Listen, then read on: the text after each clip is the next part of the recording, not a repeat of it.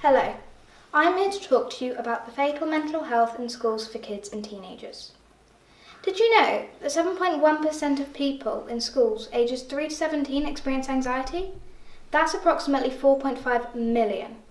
Did you know that 66% of primary school children experience anxiety in their school lives? I wonder why this is the case. At school, we gain important knowledge which is used to help us thrive.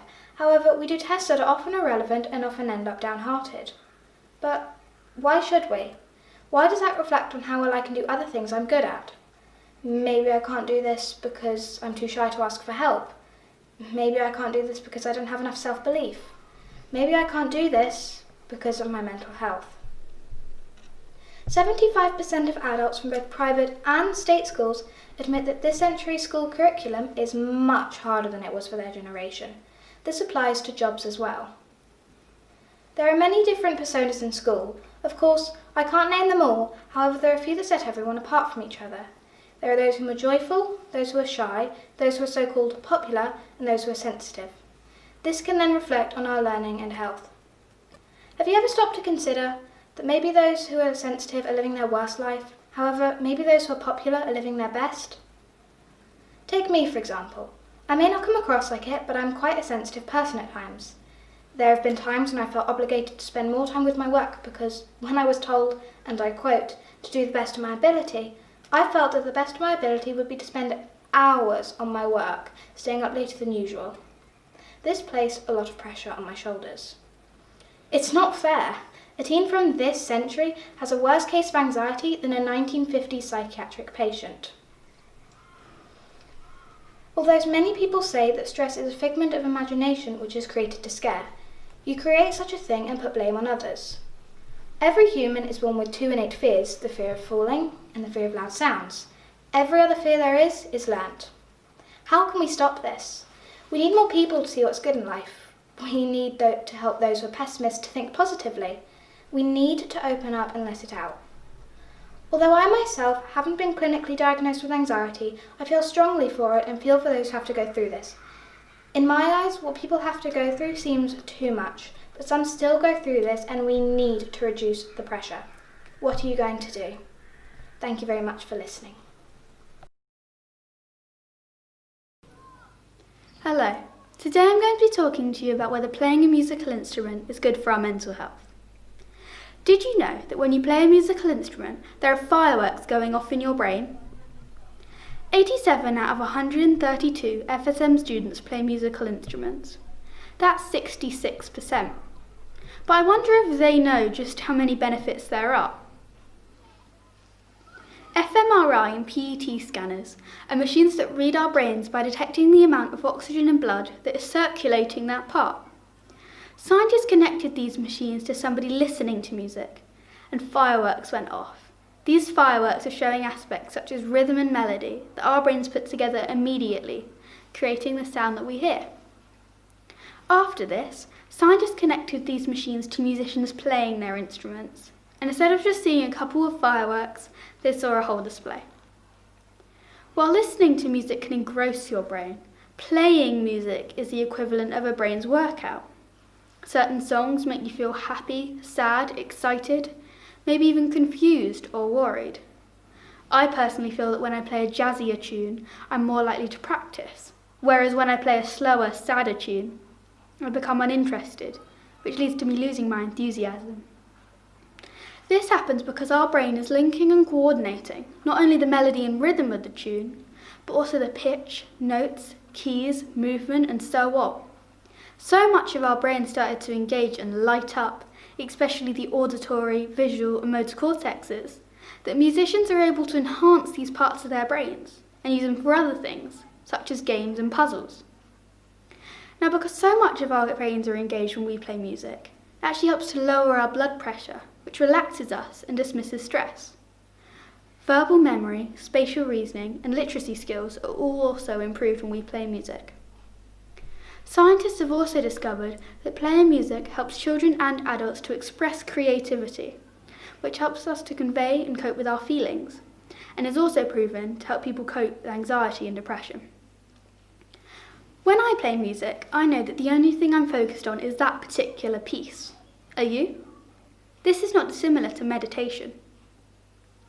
Playing music releases dopamine, also known as our happy hormone, in turn lightening our mood, raising our spirits, and lowering our stress. Completing a piece of music feels incredible.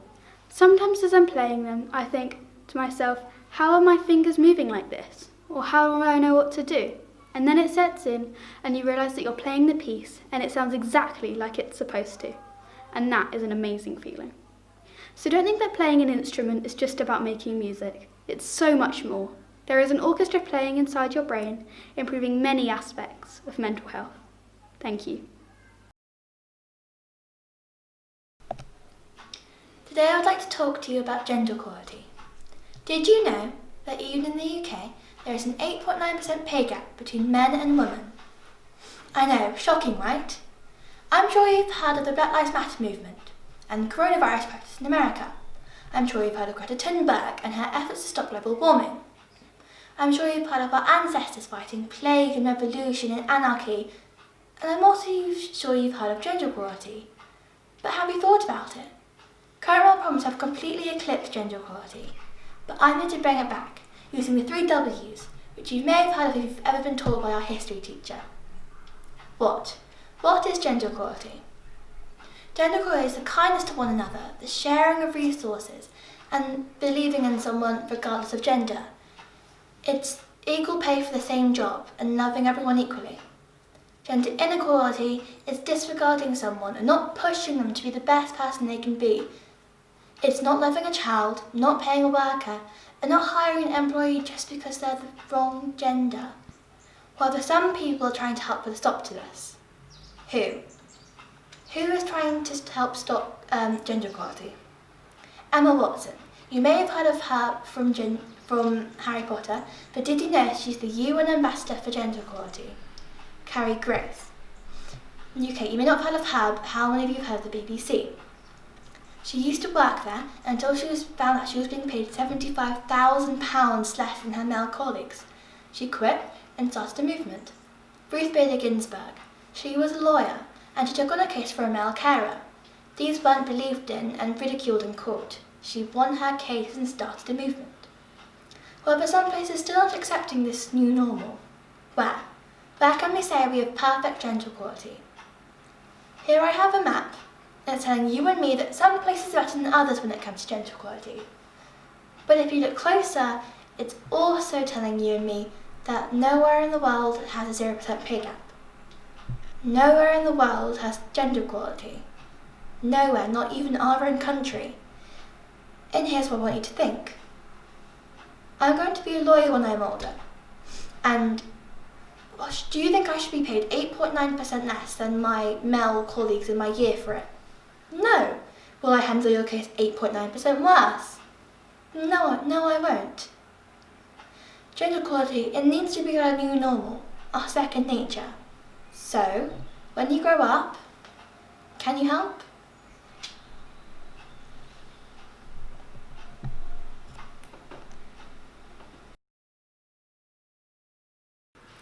Today I'd like to talk about Alzheimer's, a subject very personal to my family and me, and impacts so many people worldwide.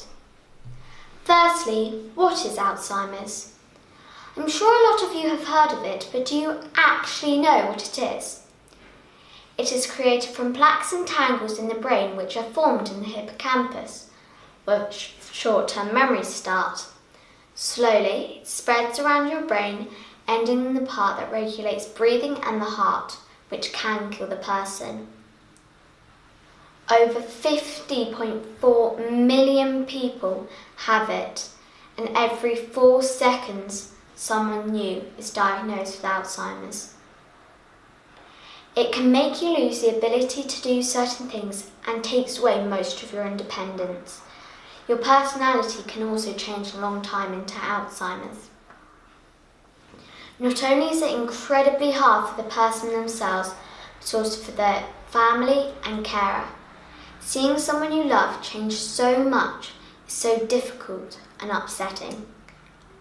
My grandmother got diagnosed with Alzheimer's when I was 8 months old and later died when I was 9. She was the kindest, most gentle person I've ever met, and she was always putting a smile on my face. At first, she was only getting her words mixed up, and then over time she started to get more and more confused until she was getting too hard for my papa to look after. So we found a care home for her here in Fordingbridge, and they took great care of her. Then her mood started to change. One day I'd go in and she'd be happy and she'd make my brother and I laugh, whereas other days she'd be angry and confused, and it was so upsetting to see her like this. Over a long period of time she started to forget who her family was. All she knew was that she loved us, and it broke my heart to see her like this, so I didn't go and see her for a while. Then, when I was 9, she got pneumonia, which is a swelling in one or both lungs. And because Alzheimer's had taken the strength away from her, she sadly passed away. So, the point I want to make to you is, make the most of your life. You never know what might happen. There is so much that my grandmother would have loved to do, but couldn't, especially since there is no cure for Alzheimer's at the moment. But maybe in the future you'll be the one to help find one, whether you're working hard in the lab or you're donating money to the charity. Even £1 can make a difference, and so can your compassion and understanding to anyone with Alzheimer's. Thank you for listening.